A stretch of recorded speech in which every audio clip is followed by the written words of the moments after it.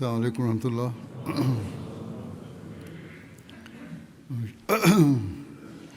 اشہد ان لا الہ الا اللہ وحدہ لا شریک لہ واشہد ان محمدا عبدہ ورسولہ اما بعد فاعوذ باللہ من الشیطان الرجیم بسم اللہ الرحمن الرحیم الحمد للہ رب العالمین الرحمن الرحیم مالک یوم الدین إياك نعبد وإياك نستعين اهدنا الصراط المستقيم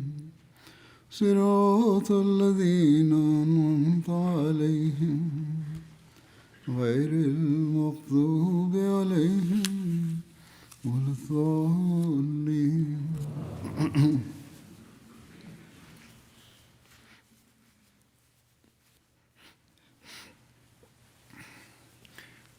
حضرت صلی اللہ علیہ وسلم جو پیغام لائے اس کا مقصد خدائے واحد و یگانہ پر ایمان لانا، اس کی عبادت کرنا، اس کی توحید کا قیام اور اس کے لیے کوشش کرنا اور اس کے بندوں کے حقوق کی ادائیگی کرنا ہے، اور پھر ایک امت واحدہ بن کر آپس میں بھائی بھائی بن کر رہنا ہے۔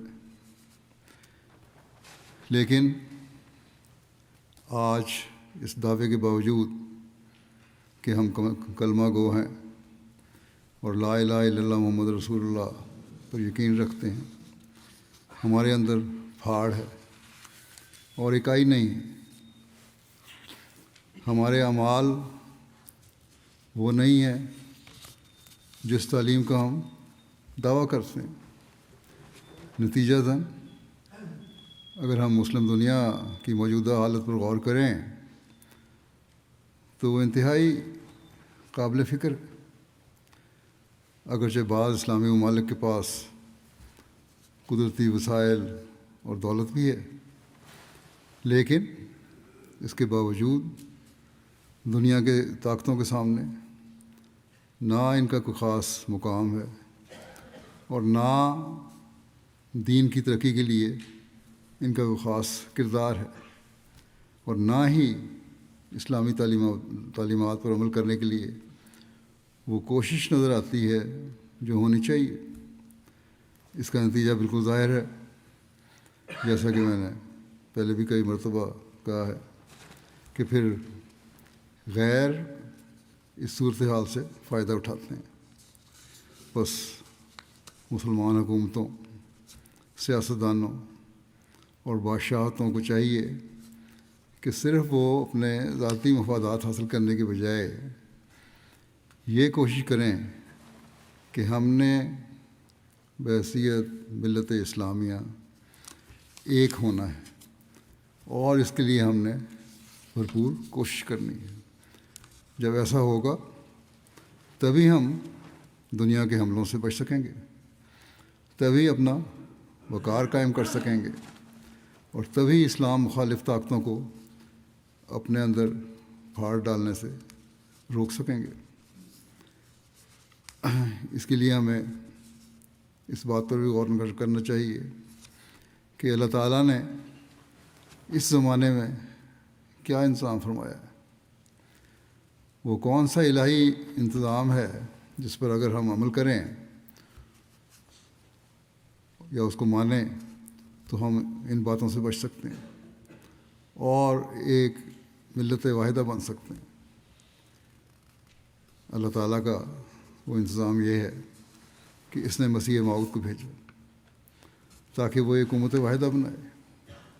بس ہمیں اس بات پر بھی غور کرنا چاہیے جب ہم اس بارے میں سوچیں گے اسلامی دنیا کے ممالک مسلمان اس بات پہ سوچیں گے تبھی اپنے خلاف اٹھنے والے فتنوں اور فسادوں سے بچ سکیں گے۔ بہرحال احمدی ہونے کی حیثیت سے ہماری تو یہی کوشش اور دعا ہے کہ اللہ تعالیٰ مسلم امت کو ایک کرے اور انہیں ان فسادوں اور مظالم سے بچائے جن میں وہ آج کل پس رہے ہیں۔ دنیا کے حالات کے بارے میں ایک عرصے سے میں کہہ رہا ہوں، پہلے تو یہ خیال تھا کہ شاید صرف یورپ اور دیگر مغربی ممالک ان حالات کی وجہ بنیں گے، لیکن وہ تو اس کی وجہ بن ہی رہے ہیں، لیکن خود اسلامی ممالک بھی اس کی وجہ بنے ہوئے ہیں۔ اس کے لیے ان مغربی طاقتوں نے ہی پہلے اسلامی ممالک میں فساد پیدا کروایا اور پھر آہستہ آہستہ اس فساد کو ہوا دیتے ہوئے اسے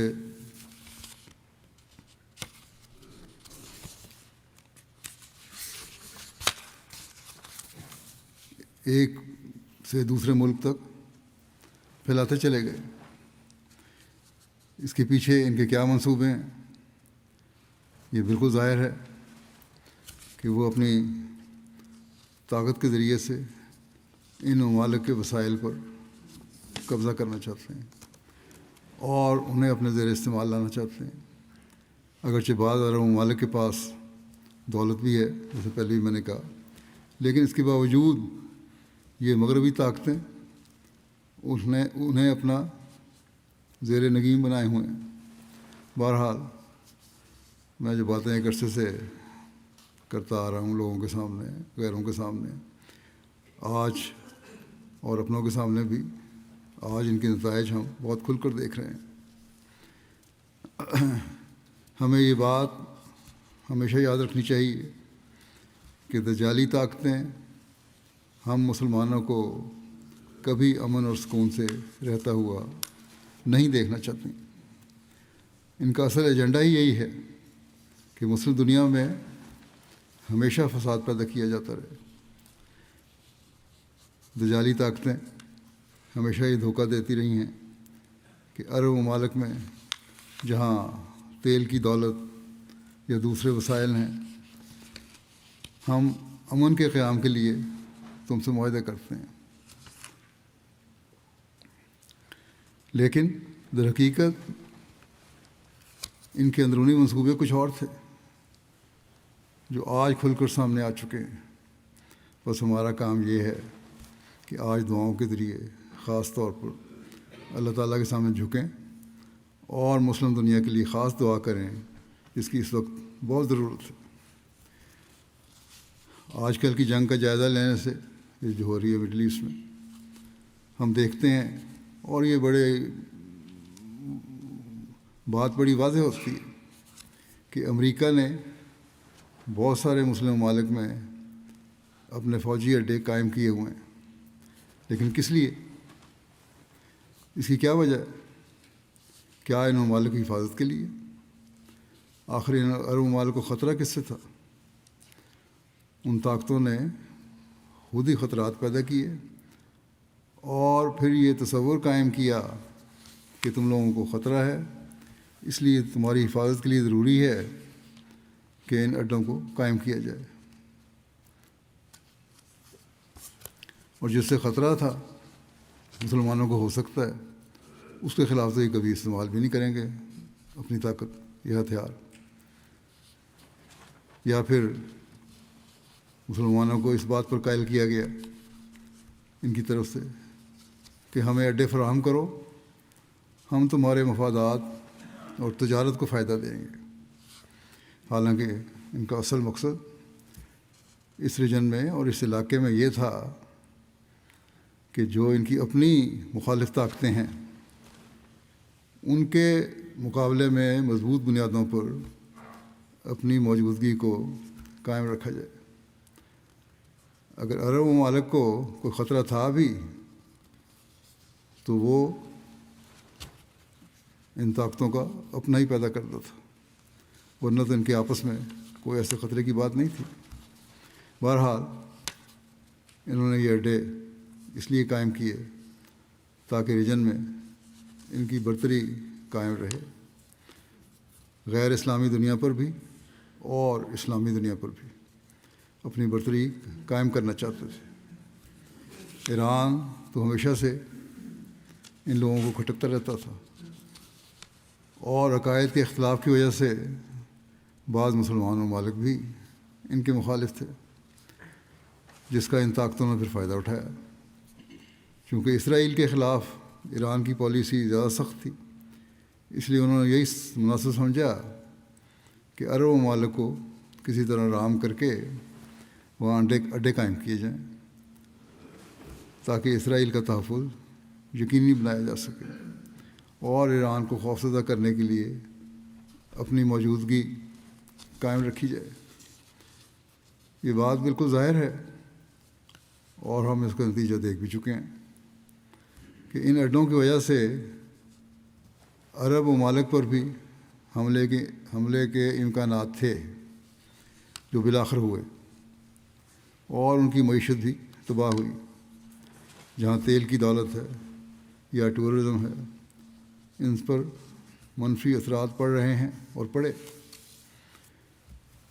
اس صورتحال کا فائدہ بھی انہی طاقتوں کو ہوا ہے اور آئندہ بھی ہوگا، کیونکہ جب جنگ ہوتی ہے اور معیشت متاثر ہوتی ہے تو ظاہر ہے کہ مخالف فریق بھی جوابی حملہ کرتا ہے اور دوسروں کے اڈوں کو تباہ کرنے کی کوشش کرتا ہے۔ چونکہ ان کی ایران کے ساتھ جنگ تھی، اس لیے ایران نے بھی وہی کیا جو آج ہمیں نظر آ رہا ہے کہ اس نے عرب ممالک میں موجود امریکی اڈوں کو نشانہ بنایا اور انہیں تباہ کیا یا نقصان پہنچایا۔ ایک عرب جرنلسٹ نے کل ہی لکھا ہے کہ عربوں کو محتاط رہنا چاہیے، کیونکہ یہ سب حملہ جو یہ کہا جاتا ہے ایران کر رہا ہے، یہ ایران نہیں کر رہا، بلکہ امریکہ اور اسرائیل خود بھی کر سکتے ہیں۔ اگر پہلے ایران نے کیے بھی ہیں تو اب ان سے فائدہ اٹھا کے وہ کریں گے، اور بعض حملوں کو ایران نے تردید بھی کی ہے، اور اس نے یہ بھی یہاں تک بھی لکھ دیا ہے کہ ممکن ہے کہ ایک وقت میں امریکہ اور اسرائیل اس جنگ سے نکل جائیں اور یہ مسلم دنیا آپس میں لڑتی رہے، جو وہ چاہتے ہیں۔ حضرت خلیفہ مسیح رابع رحمہ اللہ تعالیٰ نے عراق کی جنگ کے دوران بھی یہ تنبیہ فرمائی تھی کہ اب یہ فساد دنیا میں پھیلتا چلا جائے گا، کاش کہ مسلمان دنیا اس بات کو سمجھے۔ اب جائزہ لے لیں، عراق کی جنگ کے ساتھ ہی دوسرے مسلمان ممالک میں بھی بدامنی پھیلانے کی کوشش کی گئی ہے۔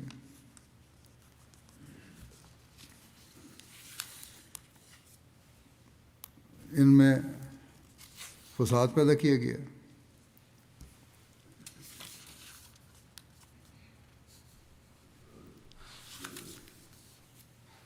اور اس کے بعد سے دوسرے مسلمان ملکوں میں بھی مسلسل بدامنی پیدا ہو رہی ہے، جس سے کوئی انکار نہیں کر سکتا۔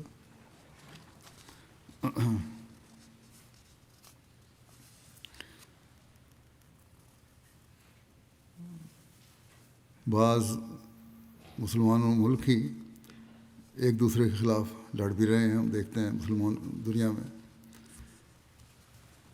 جیسا کہ میں نے کہا کہ یہ بدامنی انہی مغربی طاقتوں کی پھیلائی ہوئی ہے، اور بظاہر اس کے رکنے کا کوئی امکان نظر نہیں آتا، سوائے اس کے کہ اللہ تعالیٰ کی خاص تقدیر ہو، اور اس کے لیے بھی بہرحال ان کو کوشش کرنی پڑے گی۔ اس کے لیے بہرحال ہمیں دعائیں بھی کرنی چاہیے کہ اللہ تعالیٰ مسلم دنیا کو اس بدامنی اور فساد سے بچائے اور محفوظ رکھے، اور مسلمان دنیا اور مسلمانوں کو چاہیے کہ وہ پرامن ہو جائیں اور آپس میں بھائی بھائی بن کر رہیں۔ یہی ان کی اسلامی تعلیم ہے، نہ یہ کہ وہ ایک دوسرے کی گردنیں کاٹنے والے ہوں. بس ہمارا یہی کام ہے، اور ہم ایک عرصے سے یہ کوشش کر رہے ہیں کہ ہم نے اپنوں اور غیروں دونوں کو ظلم سے روکنے کے لیے آگاہی دینی ہے، ان کو ہوشیار کرنا، کیونکہ یہ ظلم اب جس طرح روز بروز بڑھتا جا رہا ہے، اس سے لگ رہا ہے کہ وسیع پیمانے پر جنگ عظیم ہونی ہے. بلکہ بعض مغربی تبصرہ نگاروں کے نزدیک تو عالمی جنگ شروع ہو چکی ہے. میں بھی یہ کہتا ہوں کہ شروع ہو چکی ہے.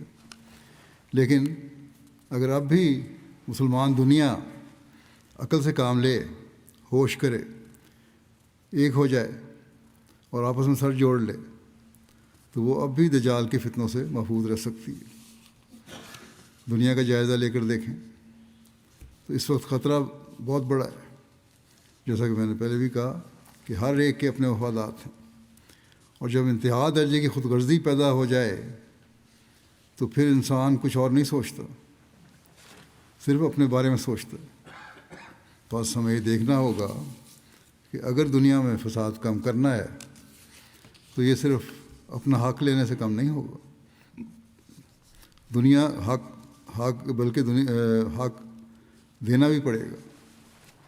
اگر مسلمان دنیا اس بات کو سمجھ لے اور مغربی اور بڑی طاقتوں میں موجود اپنے ہمدردوں سے کہے کہ امن کے قیام کے لیے تمہیں بھی اپنے کچھ حقوق چھوڑنے پڑیں گے، بلکہ حقوق کیا چھوڑنے پڑیں گے، وہ تو خود دوسروں کے حقوق غصب کر رہے ہیں. انہیں یہ بتانا ہوگا کہ تمہیں بھی انصاف سے کام لینا ہوگا، تب ہی ہم دنیا میں امن قائم کر سکتے ہیں. اس کے لیے جیسا کہ میں نے کہا، میں ایک عرصے سے لوگوں کو توجہ دلاتا رہا ہوں. وہی لوگ جو اس وقت کہا کرتے تھے میری باتیں سن کے کہ تم دنیا کے بارے میں بہت مایوس کن باتیں کرتے ہو، منفی قسم کا تصور رکھتے ہو کہ دنیا خطرناک جنگ میں شامل ہو جائے گی، اور وہی لوگ خود کہنے لگ گئے ہیں کہ چند سال پہلے جس چیز کو ہم ناممکن سمجھتے تھے، اور وہی چیز ممکن بن گئی ہے، اور جنگیں شروع ہو چکی ہیں. ان کے اپنے تجزیہ نگار جو امریکہ اور یورپ میں بیٹھے ہیں اب یہ لکھنے لگ گئے ہیں کہ جنگ عظیم کی شروعات ہو چکی ہیں، جیسا کہ پہلے میں نے کہا، اور یہ بڑھتی چلی جائے گی. اور جب تک یہ لوگ اپنے غلط قسم کے مفادات کے حصول کے لیے کوششیں کرتے رہیں گے، اس خطرے میں کمی ہونے کا کوئی امکان نہیں. جب جنگ ہوتی ہے تو نقصان دونوں طرف کا ہوتا ہے. اب مشرق وسطیٰ میں جو جنگ ہو رہی ہے، کہنے کو تو یہ جنگ امریکہ نے ایران پر حملہ کر کے شروع کی ہے، لیکن ایران نے واضح طور پر وارننگ دی تھی پہلے کہ اگر ہم پہ حملہ ہوا تو عرب ممالک میں امریکہ کے جو اڈے ہیں، جو انہوں نے کسی خاص مقصد کے لیے بنائے تھے اور اب وہ مقصد حاصل بھی کر رہے ہیں، ہم ان پر حملہ کریں گے. ایران نے واضح طور پر کہا تھا. پھر جب جنگ شروع ہوئی تو ایران پر بمباری ہوئی، ان کو شہروں کو تباہ و برباد کیا گیا، معصوموں اور بچوں کو مارا گیا، ان کے روحانی لیڈر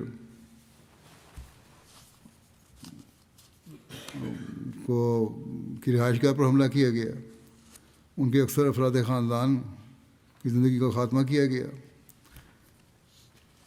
ان طاقتوں کا یہ خیال تھا اور یہ اعلان نعرے لگاتے تھے کہ ہم اس رجیم کو ختم کریں گے تو پھر ایرانیوں کو آزادی مل جائے گی. لیکن اس سے کیا اثر ہوا؟ جو کچھ مخالف بھی تھے تھوڑے بہت، وہ بھی اب ان کے حق میں ہو گئے، اور اس لیڈر کو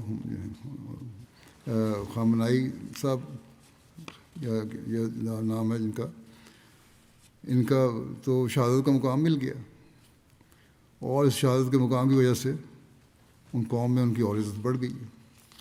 ان کے بچوں کو بھی مار دیا گیا، پورے خاندان کو مارا گیا.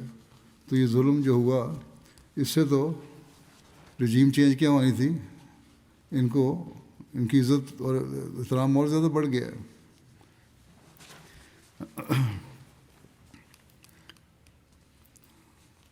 بہرحال ایران نے بھی رد عمل کے طور پر عرب ممالک میں ان اڈوں پر حملہ کیا جو مغربی طاقتوں اور امریکہ کے اڈے تھے۔ اس کے علاوہ بعض ایسی جگہیں بھی ہیں جیسے تیل کے کنویں وغیرہ ہیں جہاں امریکہ نے دھمکی دینی شروع کر دی کہ ایران نے سعودی عرب کے فلاں تیل کے علاقے پر حملہ کیا تو ہم یوں کر دیں گے، اور بعض جگہ کہا بھی کہ حملہ کر دیا ہے اس لیے ہم یہ کر دیں گے وہ کر دیں گے۔ اس پر ایران نے واضح کہا کہ نہ ہم نے حملہ کیا ہے ایسی جگہوں پہ، اور نہ ہمارا ایسا کوئی ارادہ ہے۔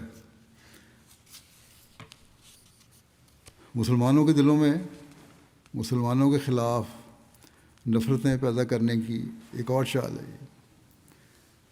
لڑائی تو پہلے ہی ہو رہی ہے، یہ صرف ان نفرتوں کو مزید ہوا دینے کی کوشش ہے، یہ کہہ کر۔ اور جیسے کہ پہلے ایک جرنلسٹ کا میں نے بیان پڑھا، اس نے کہا ہے ہو سکتا ہے خود بھی نقصان پہنچائیں اور کہتے ایران کا نام لگا دیں۔ اور جیسا کہ میں نے کہا ہے، ایسے حالات میں مسلمان دنیا کو بہت سوچ سمجھ کر قدم اٹھانا چاہیے، لیکن ہم احمدی باوجود درد رکھنے کے مجبور ہیں۔ ہم کچھ کر نہیں سکتے سوائے اس کے کہ انہیں ہوشیار کریں، ان کے لیے دعا کریں اور یہ بات سمجھانے کی کوشش کریں کہ جو ہو رہا ہے غلط ہو رہا ہے۔ مسلمان حکومتیں اب بھی سمجھ جائیں اور صرف اپنے ملکی مفادات کو نہیں بلکہ مسلم امہ کے مفادات کو سامنے رکھیں اور کسی بھی قسم کی غداری کی مرتکب نہ ہوں، تو اب بھی ایک حد تک بچت ہو سکتی ہے۔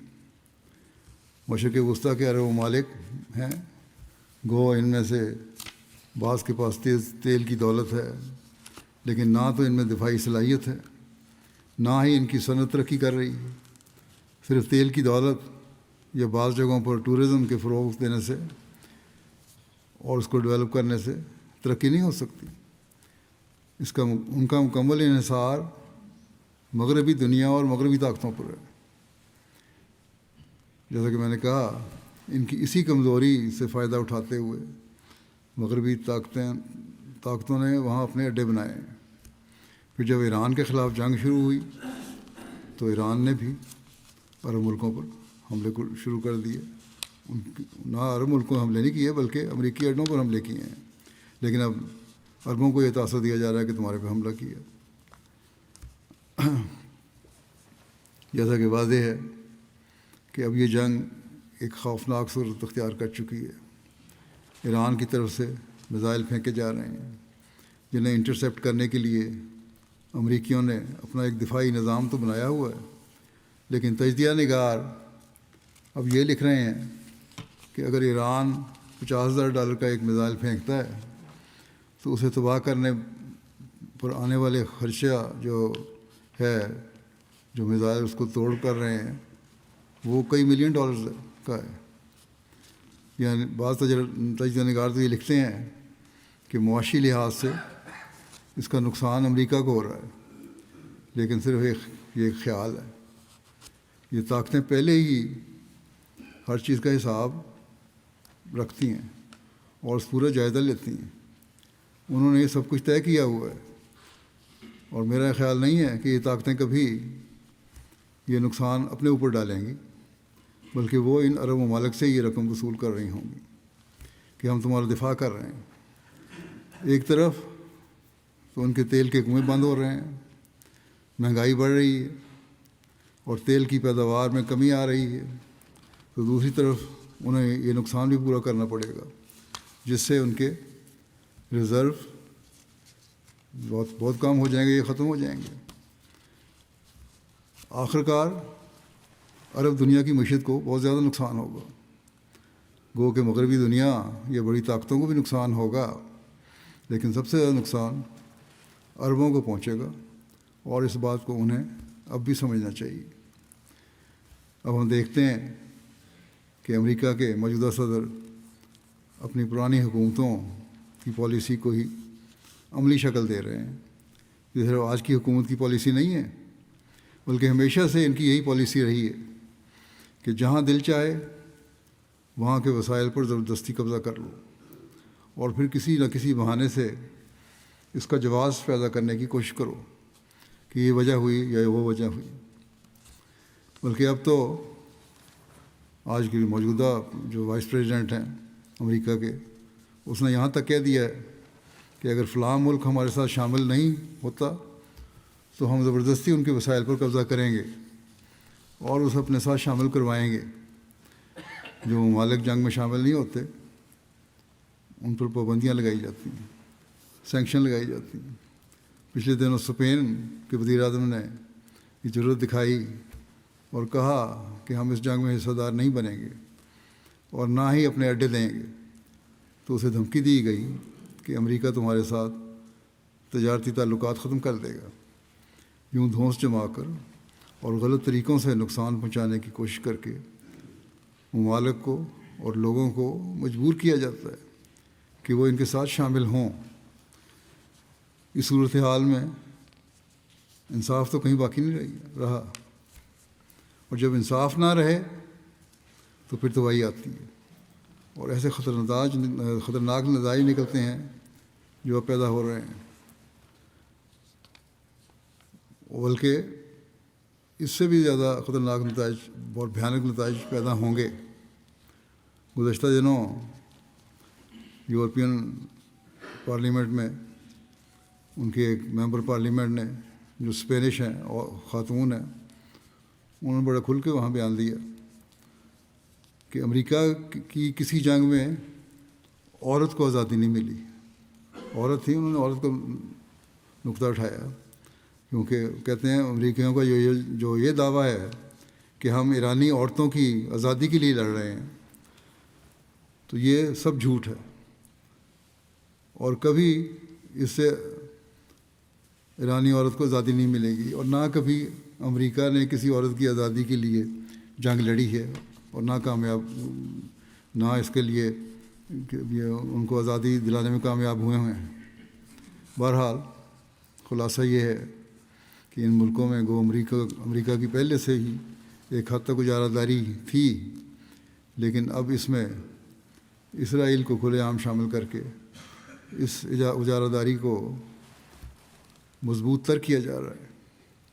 عرب اور اسلامی ممالک یہ بات نہیں سمجھتے کہ زبردستی، دھونس، غلط طریقوں اور دجالی چالوں سے ہمیں ایک ایسے جگہ پھنسایا جا رہا ہے، ایسی جگہ پھنسایا جا رہا ہے جہاں ہم اپنے ہی ایک مسلمان ملک سے جنگ کریں گے. مسلمانوں کو مسلمانوں سے ہی لڑایا جا رہا ہے.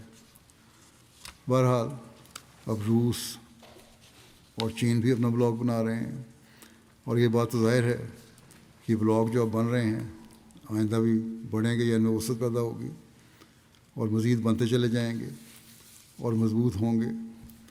اسلامی دنیا اب جنگ کا میدان بنی رہے گی، کیونکہ ان کے پاس ایسے وسائل ہیں جن پر یہ لوگ قبضہ کرنا چاہتے ہیں.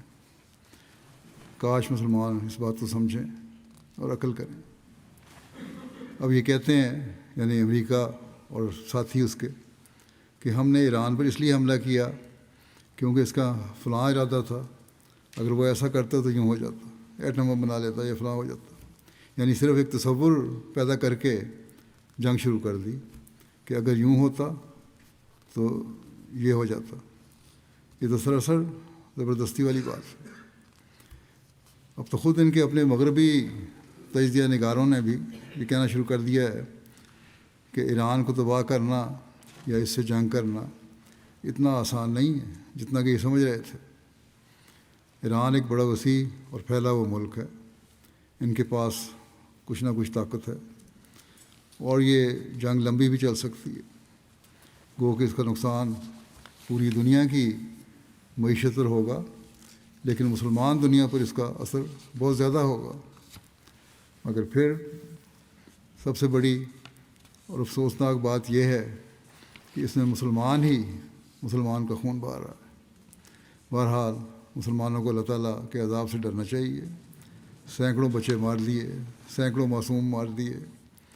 اگر مغربی ممالک کی طرف دیکھیں تو وہاں کے کالم نگار یہ لکھنے لگ گئے ہیں کہ اگر اسرائیل یا امریکہ میں یا کسی بھی مغربی ملک میں حملہ ہو اور ہمارے چند بچے مارے جائیں تو اخبارات میں کالم پر کالم لکھے جاتے ہیں اور کئی کئی دن لکھتے چلے جائیں گے۔ لیکن یہاں ایک اسکول پر بمباری کر کے سینکڑوں بچے مار دیے، مگر وہاں کوئی کچھ کہنے والا نہیں۔ پہلے فلسطین میں یہ حال کیا اور اب ایران میں بھی یہی کچھ ہو رہا ہے۔ ایسا معلوم ہوتا ہے کہ ان کے نزدیک مسلمان کی جان کی کوئی اہمیت نہیں ہے۔ بہرحال اللہ تعالیٰ مسلمانوں کو عقل دے کہ وہ عقل سے کام لیں، آپس میں مل بیٹھ کر مسائل حل کرنے کی کوشش کریں۔ جب وہ توحید کا دعویٰ کرنے والے ہیں تو انہیں توحید و قیام کے لیے ایک ہونا چاہیے۔ یوں ہی الزام تراشیوں سے جھگڑے بنانے کی ضرورت کوئی نہیں ہے اور یہ کہہ دینا کہ فلاں کے عقائد کی وجہ سے جھگڑے بڑھ رہے ہیں۔ بعض دفعہ عقائد کی وجہ سے بھی جھگڑے بڑھ رہے ہوتے ہیں اور یہ تو عام ہوتا ہے، جو مرضی چاہیں وہ کر لیتے۔ مسلمانوں میں آپس میں جو چپکرشیں ہیں وہ اس وجہ سے بھی ہیں۔ حالانکہ حضرت صلی اللہ علیہ وسلم تو اتنے محتاط اور اتنے شفقت کرنے والے تھے کہ صحابہ نے بعض دفعہ آپ کے سامنے بیان کیا کہ فلاں شخص منافق ہے، تو آپ نے فرمایا جب تک وہ لا الہ الا اللہ کہتا ہے میں اسے کچھ نہیں کہہ سکتا، اور تم بھی اسے منافق نہ کہو۔ پر ذرا سی بات پر جھگڑے کرنا دراصل اپنے آپ کو ہی نقصان پہنچانے والی بات ہے۔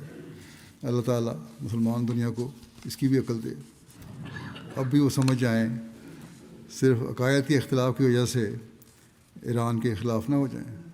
توحید کے قیام کے لیے اسلام توحید کے قیام کے لیے آیا، اس لیے اس کی کوشش کرنی چاہیے۔ بڑی طاقتوں کو اپنا خدا نہ سمجھیں، کیونکہ ہمیشہ رہنے والی طاقت صرف خدا تعالیٰ کی ہے۔ اگر ان بڑی طاقتوں کو ہی سب کچھ سمجھ لیا تو پھر یہ لوگ ایک ایک کر کے تمام اسلامی دنیا پر قبضہ کر لیں گے اور یہ جو ظاہری حکومتیں ہیں یہ بھی ختم ہو جائیں گی۔ بس اب بھی وقت ہے، ہوش کرنے کی ضرورت ہے، خدا تعالیٰ کی طرف جھکیں۔ ان دنیا داروں نے دنیا کا امن و سکون اور خاص طور پر مسلم دنیا کا امن و سکون برباد کیا ہے اور آئندہ بھی کریں گے۔ قرآن کریم میں اللہ تعالیٰ مسلمانوں کو ہدایت دیتے ہوئے فرماتا ہے کہ وَإِن طَائِفَتَانِ مِنَ الْمُؤْمِنِينَ اقْتَتَلُوا فَأَصْلِحُوا بَيْنَهُمَا فَإِن بَغَتْ إِحْدَاهُمَا عَلَى الْأُخْرَى فَقَاتِلُوا الَّتِي تَبْغِي حَتَّى تَفِيءَ إِلَىٰ أَمْرِ اللَّهِ فَإِن فَاءَتْ فَأَصْلِحُوا بَيْنَهُمَا بِالْعَدْلِ وَأَقْسِطُوا إِنَّ اللَّهَ يُحِبُّ الْمُقْسِطِينَ۔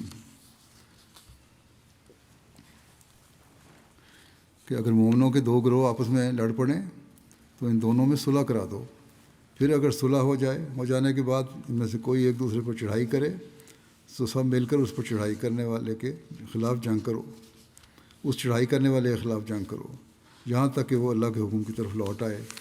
پھر اگر وہ اللہ کے حکم کی طرف لوٹ آئے تو عدل کے ساتھ ان دونوں لڑنے والوں میں صلح کرا دو اور انصاف کو مد نظر رکھو، اللہ انصاف کرنے والوں کو پسند کرتا ہے۔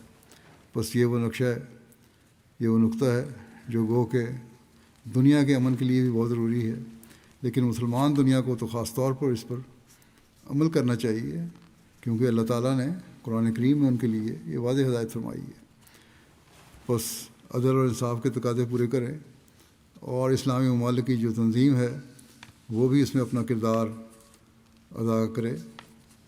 یہ بات بھی واضح ہونی چاہیے کہ صلح کرواتے وقت اپنے ذاتی مفادات سامنے نہیں رکھنے، بلکہ اصل مسئلے کا فیصلہ کرنا چاہیے کہ اس کی کیا وجوہات ہیں، اور وجوہات تو وہی ہیں جو ہمیں صاف نظر آ رہی ہیں کہ جعلی طاقتیں ہمیں لڑانا چاہتی ہیں۔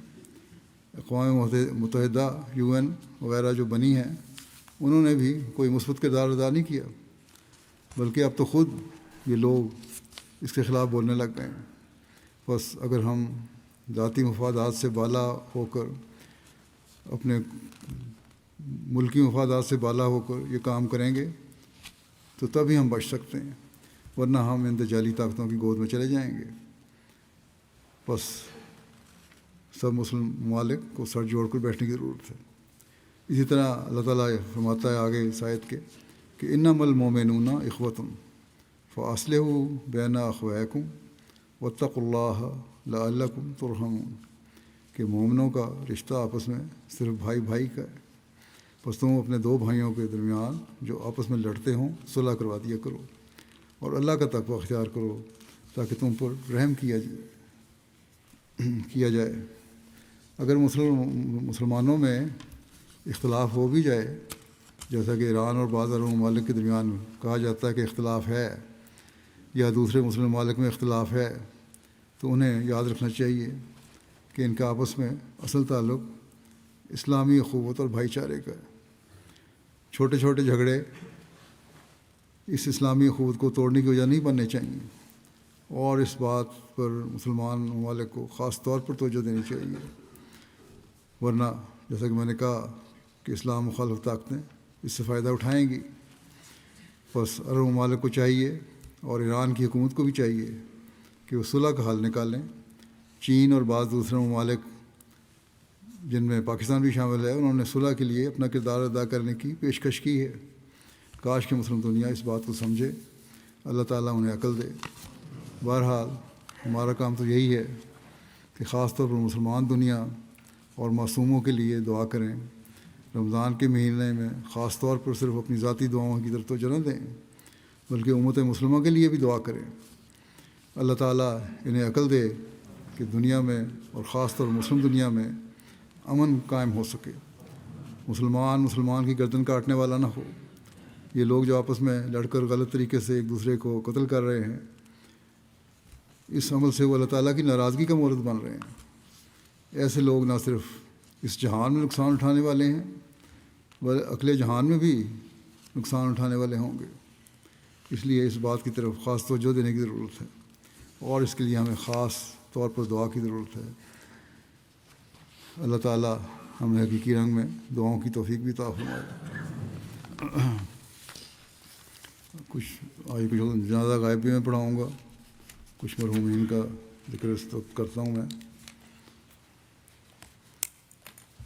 پہلا ذکر ہے مکرم صاحبزادی امت الجمیل صاحبہ کا، جو خدیوم مسیح ثانی رضی اللہ عنہ کی سب سے چھوٹی بیٹی تھیں، اور ناصر محمد سیال صاحب مرحوم کی اہلیہ تھیں۔ چودھری فوت محمد سیال صاحب جو مبلغ بھی رہے ہیں یہاں، ان کی بہو تھیں۔ تقریباً 99 سال کی عمر میں اس دن ان کی وفات ہوئی ہے۔ انا للہ و انا الیہ راجعون، مرحومہ موسیہ تھیں۔ حضرت سیدہ مریم بیگم صاحبہ ام طاہر کی سب سے چھوٹی بیٹی تھیں یہ، اور مسلموں کے بچوں میں بھی سب سے چھوٹی تھیں۔ ان کا نکاح حضرت مسلم عود رضی اللہ عنہ نے 1955 میں پڑھایا تھا، اور حضور کیونکہ بیمار تھے، بستر پر لیٹے ہوئے آپ نے نکاح کا خطبہ دیا اور دعا کروائی، اور چند گھر کے لوگ شامل تھے بیچ میں۔ لیکن لکھنے والے نے لکھا کہ اس تقریب کے دوران اول سے آخر تک خدیوم مسیح ثانی پر ایک خاص کیفیت طاری رہی،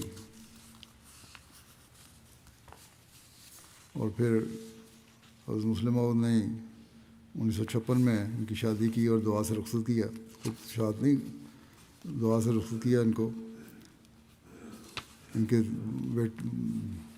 4 بچے ہیں، ایک بیٹا ظاہر مصطفیٰ جو پہلا بیٹا ہے ان کا، انہوں نے اپنی ہمشیرہ صاحبزادی امت القیوم صاحبہ کو دے دیا تھا، جنہوں نے بچپن سے اس کو پالا ہے۔ بیٹی ہے یاسمین ملک، یہ بھی کینیڈا میں ہے۔ سعدیہ احمد یہ یہاں UK میں رہتی ہیں۔ صوفیہ احمد یہ رووا میں ہے، نادر خان درویشہ مرزا سمد احمد کی اہلیہ ہیں۔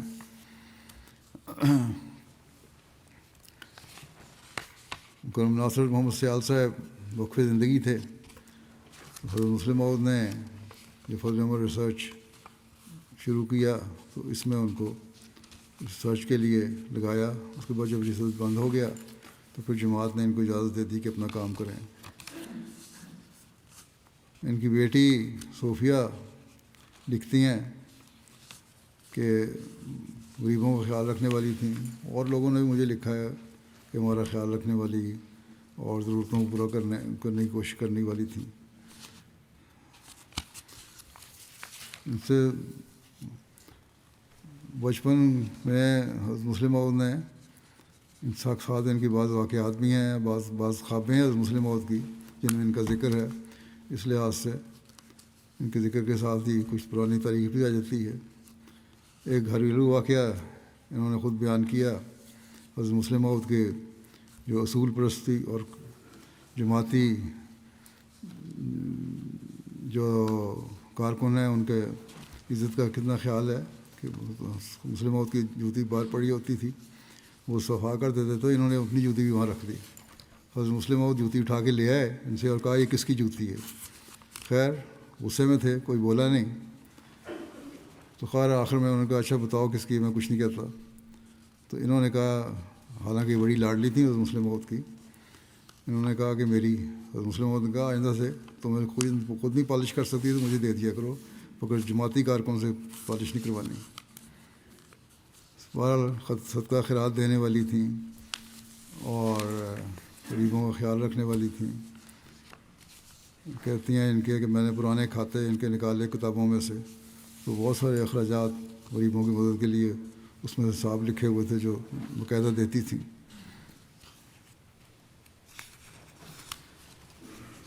جب یہ 7 سال کی تھیں تو ان کی والدہ مریم صاحبہ فوت ہو گئیں, ام طاہر صاحبہ. حضرت مسلم موعود نے لکھا ہے کہ مرحومہ کو لے کر ہم شیخ بشیر احمد صاحب کے گھر پہنچے تو چھوٹی لڑکی امت الجمیل جو ان کی اور میری بہت لاڈلی تھی اور کل 7 برس کی عمر کی تھی, اسے میں نے دیکھا کہ ہائے امی کہہ کر چیخیں مار کر رو رہی ہے. میں اس بچی کے پاس گیا اور اسے کہا جمی, ہم اسے جمی کہتے تھے لاڈ سے, کہ مسلم موعود کہتے ہیں میں نے اسے کہا کہ امی اللہ میاں کے گھر گئی ہیں, وہاں ان کو زیادہ آرام ملے گا, اور اللہ میاں کی یہی مرضی تھی کہ اب وہ وہاں چلی جائیں. دیکھو رسول اللہ صلی اللہ علیہ وسلم فوت ہو گئے, تمہارے دادا جان فوت ہو گئے, کیا تمہاری امی ان سے بڑھ کر تھیں؟ پھر حضرت مسلم موعود کہتے ہیں میرے خدا کا سایہ اس بچی سے 1 منٹ کے لیے بھی جدا نہ ہو. میرے اس فکرہ کے بعد اس نے ماں کے لیے آج تک کوئی چیخ نہیں ماری, اور یہ فکرہ سنتے ہی بالکل خاموش ہو گئی. بلکہ دوسرے دن جنازے کے وقت جب اس کی بڑی بہن صدمے سے چیخ مار کر بے ہوش ہو گئی تو میری چھوٹی بیوی مریم صدیقہ کے پاس, جو کہ میری جا کر میری جمی, ان سے کہنے لگی کہ چھوٹی آپا, اور مریم صدیقہ صاحبہ کو بچے چھوٹی آپا کہتے تھے, کہ باجی کتنی پاگل ہے. ابا جان کہتے ہیں کہ امی کے مرنے میں اللہ تعالیٰ کی مرضی تھی اور یہ پھر بھی روتی ہے. پھر مسلم کہتے ہیں کہ اے میرے رب جس کی چھوٹی بچی نے تیری رضا کے لیے اپنی ماں کی موت پر غم نہ کیا, کیا تو اسے اگلے جہان میں ہر غم سے محفوظ نہ رکھے گا. حضرت مریم صاحبہ حضرت ام طاہر صاحبہ کے لیے دعا کی پھر آپ نے کہ اے میرے رحیم خدا, تجھ سے ایسی امید رکھنا تیرے بندوں کا حق ہے, اور اس کا امید کا پورا کرنا تیری شایان شان ہے.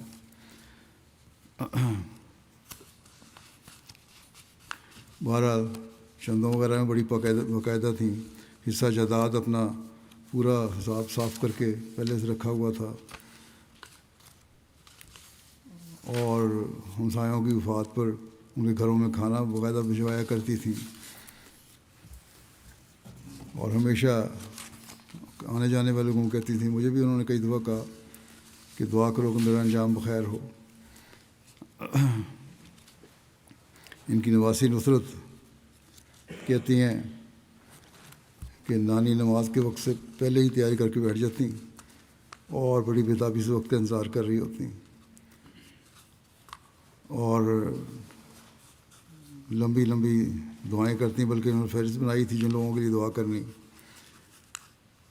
کہتی ہیں میں بچپن میں چھوٹی عمر میں تھی تو اپنی نانی کی لمبی اور روتی ہوئی دعائیں سن کر بڑی گھبرا جاتی تھی، لیکن باہر لوگوں کے لیے بھی دعا کیا کرتی تھی۔ حضرت ہادی علی صاحب نے لکھا ہے، جیسا کہ میں نے کہا، ان سے ساتھ بعض پرانی یادیں بھی وابستہ ہیں، واقعات بھی ہیں، مسلم موت کے بعد رویا بھی ہیں۔ بہرحال حضرت ہادی علی صاحب کہتے ہیں کہ انہوں نے مجھے بتایا کہ ایک دفعہ میں خلیفۃ مسیح ثانی کے ساتھ کار پر سفر کر رہی تھی، تو حضور کے ساتھ پچھلی سیٹ پر بیٹھی ہوئی تھی، تو کہتی میں نے دیکھا کہ مسلم موت انگلیوں پر بار بار کچھ گن رہے ہیں۔ تو آپ نے پوچھا، ابا جان آپ کیا گن رہے ہیں؟ تو حضور نے بتایا کہ میں دنیا کے تمام ملکوں میں اپنے مبلغین کی تعداد کے اندازے کر رہا ہوں، اور مجھے ساری دنیا میں کم از کم اتنے لاکھ مبلغین چاہیے، تبھی ہم دنیا کو حقیقی اسلام سے آگاہ کر سکتے ہیں۔ تو یہ تڑپ تھی حضرت مسلم موعود کی، اور ان کی بعض روایتیں اس میں ہیں۔ حضرت مسلم موعود کا ایک رویا بھی ہے، اور کیونکہ وہ ان کے حوالے سے اس لیے بیان کرتا ہوں۔ جون 1948 کا یہ رویا ہے۔ آپ نے فرمایا کہ جون میں ناصر آباد سندھ میں تھا، وہاں میں نے دیکھا کہ ایک مینار ہے بہت اونچا اور سفید، قادیان کے مینارے کی شکل کا۔ اس کی نچلی منزل کے اوپر کے چھجے پر دروازے کے پاس میری لڑکی امت الجمیل بیٹھی ہے، اور بڑی بے تکلفی سے چھجے پر سے اس نے پیر لٹکائے ہوئے ہیں۔ اتنے میں میری نظر مینارے پر پڑی، تو میں نے دیکھا کہ مینارے کے سب سے اوپر کے منزل، یعنی اس سے نچلی منزل کے دروازے میں سے ایک بہت بڑا سانپ جو کئی فٹ لمبا اور 1.5 فٹ موٹا ہے، اور کئی گز لمبا اور 1.5 فٹ موٹا ہے، سبز رنگ کا ہے، اس نے سر نکال کے نچلی منزل کی طرف آ رہا ہے، اور اس طرح وہ نچلی منزل سے آیا، اس پہ سے اترا۔ مختصر بیان کر دیتا ہوں، بیان تو کافی لمبا ہے، اور حتیٰ کہ سب سے نچلی منزل سے اوپر کی منزل پر پہنچ گیا، اور پھر اس نے نچلی منزل کی چھت کی طرف رخ کیا۔ اس وقت یہ خیال مسلم موعود کہتے ہیں میرے دل میں آیا کہ امت الجمیل چھجے پر دروازے کے پاس بیٹھی ہوئی ہے، کہ ایسا نہ ہو کہ مڑ کر سانپ ان کو کاٹ لے۔ ساتھ ہی میں ڈرتا ہوں کہ اگر لڑکی ہلی تو گر جائے گی، اسے چوٹ لگے گی۔ تب میں نے نہایت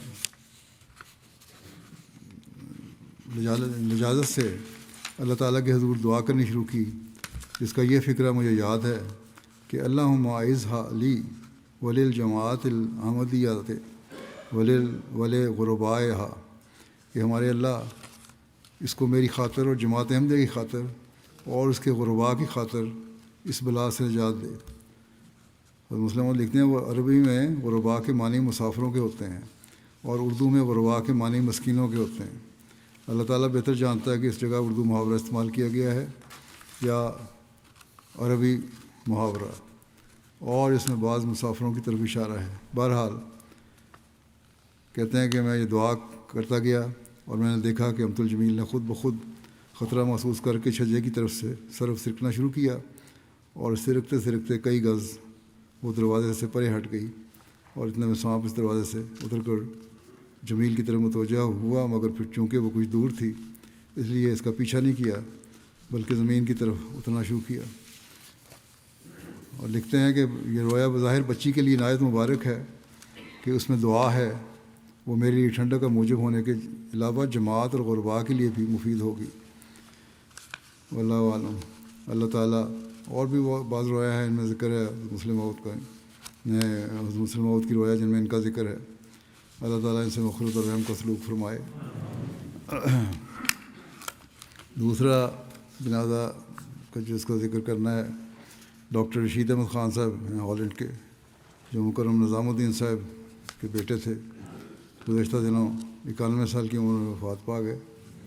انا للہ و انا الیہ راجعون۔ اللہ تعالیٰ کے فضل سے موسی تھے، اور ان کے 4 بیٹے اور 4 بیٹیاں ہیں۔ ڈاکٹر رشید صاحب کے والد نظام الدین صاحب صوبہ سرحد کے سابق امیر ڈاکٹر فتح الدین صاحب کے چھوٹے بھائی تھے، اور ان کے ذریعے سے ہی ان کے خاندان میں احمدیت آئی، 1905 میں حضرت مسیح موعود علیہ السلام نے لدھیانہ میں ایک خطاب فرمایا. اس وقت فتح الدین صاحب اسکول میں پڑھتے تھے. اسکول کے اساتذہ نے طالب علموں کو سختی سے منع کیا تھا کہ کبھی بھی یہاں ان کا تقریر سننے نہ جانا، یہ جادوگر ہے اور تمہیں پھر قابو کر لے گا. ہمیشہ سے جو نبیوں پہ الزام لگایا جاتا ہے، حضرت مسیح موعود یہ الزام لگاتے تھے مولوی.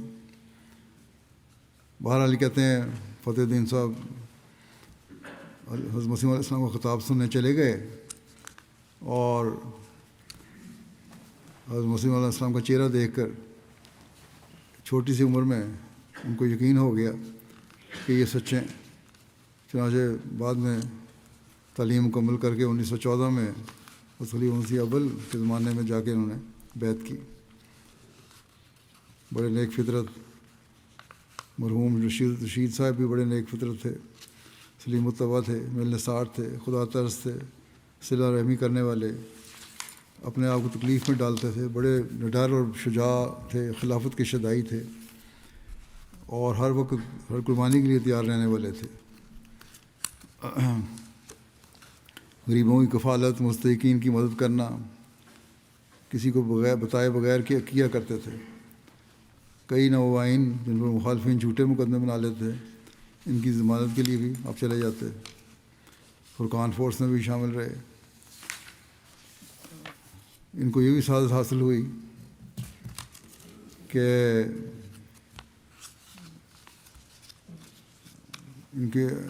ان کو اور ان کے سسر عباس خان صاحب کو اور ان کے بھائی منظور صاحب کو صوبہ سرحد میں خلیفہ مسیح ثانی نے وقف عید کے تحت مختلف علاقوں میں بھجوایا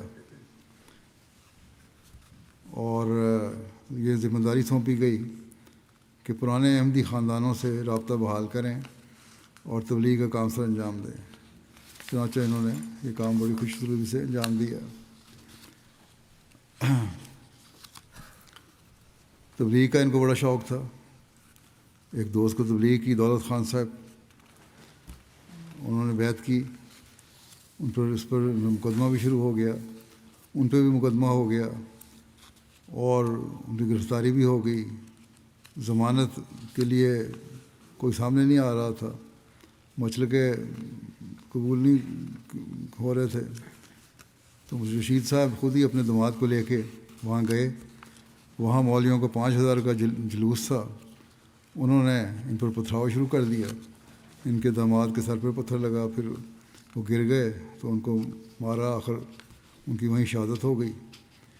اور پولیس نے اس بقول جو ان کا عمل ہے ان شیطانوں کا کہ ہم تو ثواب حاصل کر رہے ہیں، پھر پولیس نے بھی اس لاش کو ٹھوڈے مارنے شروع کیا کہ ہم بھی ثواب حاصل کریں.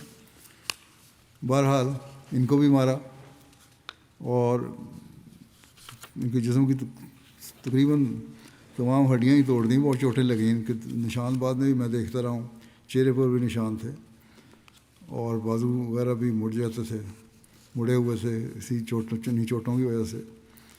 لیکن اللہ تعالیٰ نے ان کو بچایا اور مار مار کے ان کو مردہ سمجھ کے وہ چھوڑ گئے.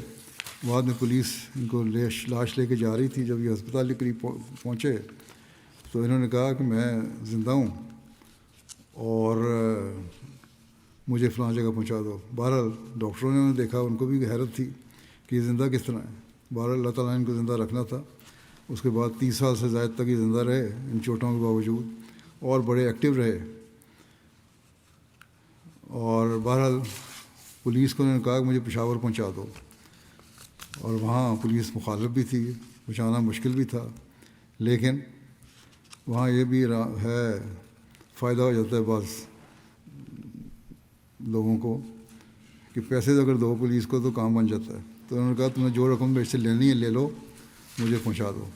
بہرحال اس پر پولیس والا وہاں جو تھا افسر وہ مان گیا اور ان کو پشاور پہنچایا. پھر یہ روا آئے، ان کا علاج ہوا اور اللہ تعالیٰ کے فضل سے اللہ تعالیٰ نے ان کو نئی زندگی دی. کہاں تو یہ تھا کہ ان کو مردہ خانے پہنچایا جا رہا تھا اور کہاں یہ اللہ تعالیٰ نے ان کو اس کے بعد بھی 30 سال تک زندہ رکھا اور بڑا ایکٹیو زندہ رکھا. ہالینڈ میں بھی رہے، وہاں جماعت کام بھی کرتے رہے. 74 میں بھی ان پہ دشمنوں نے پستول تان لیا تھا، تو اس وقت بھی انہوں نے بڑی جرأت سے کہا تھا کہ یہ کہنے پر مولویوں کے کہ کلمہ پڑھو، مسلمان ہو جاؤ، تو انہوں نے کہا لا الہ الا اللہ محمد رسول اللہ تو میں پہلے ہی پڑھتا ہوں، اسی پر میرا ایمان ہے، اور میں کس طرح مسلمان بنوں؟ انہوں نے کہا نہیں، مرزا صاحب کو گالیاں دو۔ انہوں نے کہا میں گالیاں تو نہیں دوں گا، یہ کوئی اسلام نہیں ہے۔ اب اس کے بعد انہوں نے کہا کہ میں تو درود پڑھنے والا ہوں اور آن رسول کی تعلیم پر عمل کرنے والا ہوں، میں اس کو حرکت نہیں کر سکتا۔ پھر انہوں نے کہا کہ میں نے ان کو کہا کہ ایک صحابی کا واقعہ سنایا، تو جب آن رسول اللہ علیہ وسلم کی جنگ احد میں شہادت کی خبر مشہور ہوئی تو انہوں نے کہا ایک کھجور میرے اور جنت کے درمیان تو ایک کھجور ہی حائل ہے، اور اس کو اٹھا کے ایک طرف پھینک دیا اور دشمن کے اوپر تنہا حملہ آور ہوئے اور ان کے جسم کے ٹکڑے ہو گئے۔ تو یہ واقعہ کہتے ہیں میں نے ان کو سنایا اور میں نے کہا کہ میرے اور تمہارے درمیان یہ تو کھجور بھی حائل نہیں، ہوا بھی حائل نہیں، کیونکہ تم نے میرے سینے پہ بندوق رکھی ہوئی ہے، تم دبا دو اور شہید کر دو، لیکن میں یہ باتیں نہیں کروں گا جو تم کہتے ہو کہ مسیحوں کو گالیاں دو۔ اور بڑی ضرورت کا مظاہرہ کیا انہوں نے۔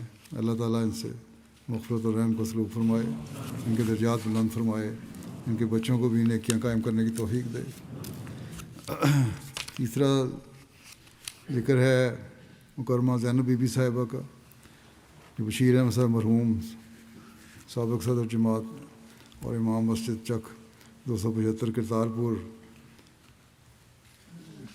کی اہلیہ تھیں۔ یہ بھی گزشتہ دنوں 85 سال کی عمر میں ان کی وفات ہوئی ہے، انا للہ و انا الیہ راجعون۔ اللہ تعالیٰ کے فضل سے موسیہ تھیں، اور ان کے والد خادم مسجد دارالذکر فیصل آباد تھے۔ علی محمد صاحب بڑی دعا گو، تہجد گزار، نمازوں کو پابند، قرآن کریم کی روزانہ تلاوت کرنے والی، مہمان نواز، خلافت کے ساتھ گہری عقیدت رکھنے والی نیک فطرت خاتون تھیں۔ غریب لوگوں کی مدد بھی کیا کرتی تھیں، اور خطبہ جمعہ بھی بڑی باقاعدگی سنتی، بڑے گھر والوں کو بلا کے سناتی۔ عثمان خان میں ان کے 3 بیٹے اور 4 بیٹیاں ہیں، کئی پوتے پوتیاں واقف زندگی ہیں۔ ان کے بیٹے طاہر احمد صفی صاحب وہ مبلغ سلسلہ ہیں لساکا زامبیا میں، اور وہاں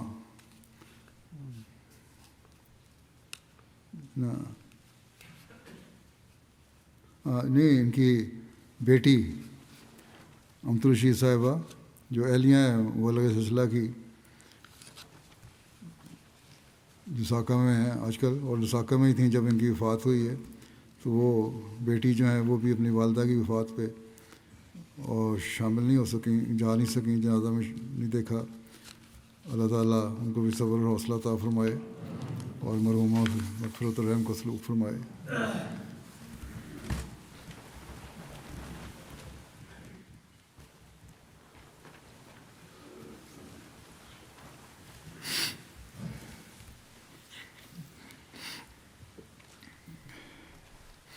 الحمد